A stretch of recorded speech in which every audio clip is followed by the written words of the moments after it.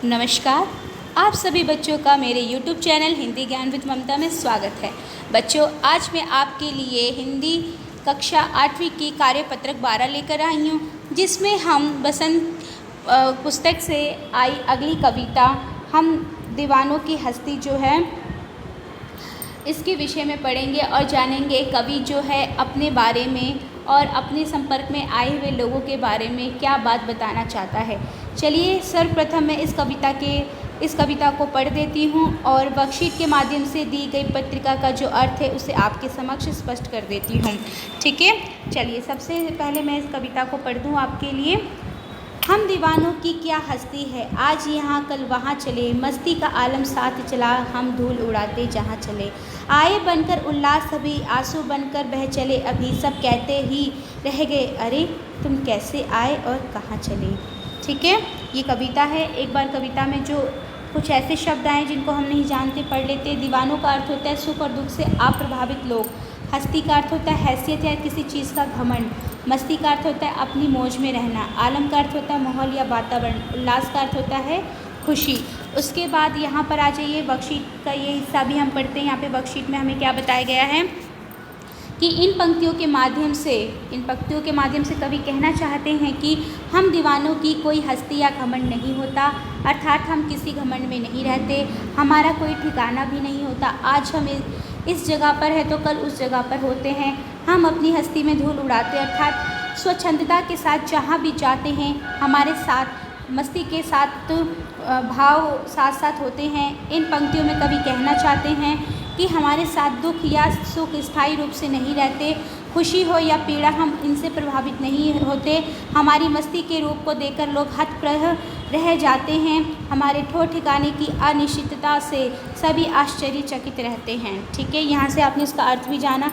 चलिए एक बार मैं इसे फिर से थोड़ा सा और अच्छे से स्पष्ट करने का प्रयत्न करती हूँ, शायद आपको भाव और अच्छे से समझ में आ जाए।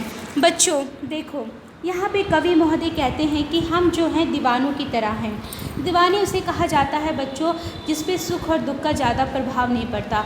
यदि इस प्रकार के व्यक्ति, कुछ ऐसे व्यक्ति होते हैं जो सुख में ही रमे रहते हैं, अगर उनको ज़रा सा दुख मिल जाए तो वो बिल्कुल घबरा जाते हैं। और कुछ दुखी लोग होते हैं जिनको सुख मिलता है तो वो अपने सुख को भी समेट नहीं पाते हैं। ठीक है, तो यहाँ पर कवि यही कह रहे हैं कि हम दीवानों की तरह है जिस पे सुख और दुख का कोई प्रभाव नहीं पड़ता। हमारी क्या हस्ती है, यानी हमारी कोई हैसियत नहीं है, मतलब हम अपने अस्तित्व को लेकर या अपने कार्य को लेकर हम घमंड नहीं करते हैं।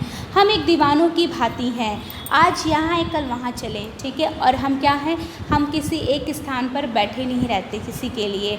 हमने आज यहाँ अपना समय व्यतीत किया है और हम आगे चले जाते हैं। जब हम कविता के आगे भाव में पढ़ेंगे तो कवि ये बताता है कि हम जो है सबका दुख और दर्द बांटते हुए आगे जाते। आज कोई दुखी था तो उसके दुख में हम शामिल हो गए, क्योंकि आपको पता है कि दुख बांटने से दुख कम होता है और सुख बांटने से सुख बढ़ता है। तो भी कवि कहता है कि जब हम अपने रास्ते के इस सफ़र में आगे बढ़ते हैं, चलते हैं, तो हम जहाँ भी रुके हैं, तो जब हम किसी के दुख में शामिल होते हैं तो उसके दुख को कम करने का प्रयत्न करते हैं, और किसी का सुख था तो उसके सुख को बढ़ाने का, उसके सुख को 4 गुना और बढ़ाने का प्रयत्न करते हैं। तो कवि कहता है कि हम दीवानों की क्या हस्ती है भला, आज हम यहाँ हैं कल वहाँ चले, मस्ती का आलम साथ चला, जब हम धूल उड़ाते जहाँ चले। अब कवि कह रहा है कि जब हम चलते हैं तो हम कैसे चलते हैं कि अपने साथ एक माहौल बना देते हैं। ठीक है ना, कुछ लोग आते हैं ना जिनका बेसब्री से इंतज़ार करते हो कि वो आएंगे तो एक खुशी का माहौल चल जाएगा। तो लेखक कहता है जब हम और हमारे जैसे साथी आते हैं तो उस माहौल में पूरी मस्ती छा जाती है, और जब हम चलते तो एक धूल उड़ाते हुए चलते हैं। ठीक है, पूरा धूल उड़ जाता है। यानी वहाँ का धूल उड़ाने से आप ये भी अर्थ रखो कि अगर दुख की बदली थी तो उसको धूल उड़ा के वहाँ से दुख की बदली को छाड़ देते हैं, और जो सुख था उसके सुख को हम लोग क्या करते हैं और भी मतलब उस सुख में कोई गुम ना हो जाए। ठीक है, तो उसको भी बचाने का प्रयत्न करते हैं कि किसी और को ना भूल जाए, अपने सुख में रमे रमे। ठीक है, आगे बढ़ते हैं कि आए बनकर उल्लास सभी। लेखक कहता है कि जब हम किसी के पास जाते हैं तो उनके जीवन के दुख को कम करने का प्रयत्न करते हैं, और कोई सुखी है तो उसकी खुशी को 4 गुना बढ़ाने का प्रयत्न करते हैं। हमारे इस व्यवहार को, हमारे इस दीवाने स्तर को देख कर लोग कहते हैं कि तुम तो अभी आए थे उल्लास बनकर, यानी तुम जब हमारे जीवन में आए तो तुमने हमारे जीवन में खुशियाँ भर दी, पर अब क्या है, जब आप जा रहे हो तो आंसू बनकर जा रहे हो। ठीक है, आंसू क्या होते हैं, बह जाते हैं, आंखों में नहीं रुकते, आंखों में 2 बूंदें होती हैं और सारे आंसू बह जाते हैं बच्चों। तो कवि कह रहे हैं कि वो सभी लोग कहते हैं कि आए थे तुम खुशियाँ बांटने, लेकिन तुम कहाँ जा रहे हो, तुम हमें छोड़ के मत जाओ, क्योंकि हमें डर है कि तुम चले जाओगे तो फिर जो है हमारे आँखों में फिर से आंसू आ जाएंगे। और अभी जो क्षण है तुम हमें छोड़ के जा रहे हो तो क्या है, तुम आए तो खुशियाँ बन के थे, लेकिन तुम जा रहे हो तो तुम्हारे जाने का जो दुख है वो हमारे आंसू बनकर बह रही हैं। ठीक है, सब कहते हैं ही रह गए, अरे तुम कैसे आए, कहाँ चले। और सभी लोग कह रहे हैं कि हमें पता भी नहीं था कि तुम किस दिशा से आए थे, कहाँ से आए थे और किस प्रकार आए थे, तुम्हारा कोई ठोर ठिकाना नहीं था, हम तुम्हें भली प्रकार से जानते भी नहीं थे, लेकिन तुम आए और तुमने हमारे जीवन में खुशियों का संचार कर दिया। लेकिन जब तुम हमें इतनी खुशियाँ देने ही आए थे तो आज तुम उन खुशियों को देने के पश्चात हमें दुख के सागर में फिर से छोड़कर कहाँ चले जा रहे हो, यानी कैसे तुम आए और फिर कहाँ चले जा रहे हो। ये प्रश्न जो है दूसरे व्यक्ति कवि के समूह से पूछ रहा है, क्योंकि तुम दीवाने थे, तुम्हें सुख दुख से कोई मतलब नहीं था, तुम सुख भी देने आ गए और तुम दुख भी देकर हमें चले जा रहे हो, तुमने हमारे दुखों को कम किया और अब क्या है, तुम्हारा जो ये वियोग है हम सह नहीं पा रहे, उसके कष्ट को हम जो है नहीं बर्दाश्त कर पा रहे और वो दुख जो था हमारे आंखों से आंसू बहकर निकल रहा है। तो उम्मीद करती हूँ कविता का ये भाव आपको स्पष्ट हुआ होगा कि कवि के आने पे जो लोग हैं वो खुश होते हैं और उसके जाने पे लोग जो है दुखी होने लगते हैं। ठीक है, यहाँ पर ये भाव कविता का है। आने वाली वर्कशीट में हम इस कविता के अगले अंश को भी पढ़ेंगे। चलिए इसके प्रश्नों पर चर्चा करते हैं। यहाँ पर क्या प्रश्न दिए गए हैं बच्चों। प्रश्न है कि आशा कि आपने इन पंक्तियों का भावार्थ समझ लिया होगा। आइए इन्हीं पंक्तियों पर आधारित कुछ प्रश्नों के उत्तर खोजते हैं। पहला प्रश्न है, हस्ती से क्या तात्पर्य है। हस्ती से तात्पर्य बच्चों हैसियत। आलम शब्द का अर्थ होता है माहौल। उल्लास का समानार्थी शब्द होता है खुशी।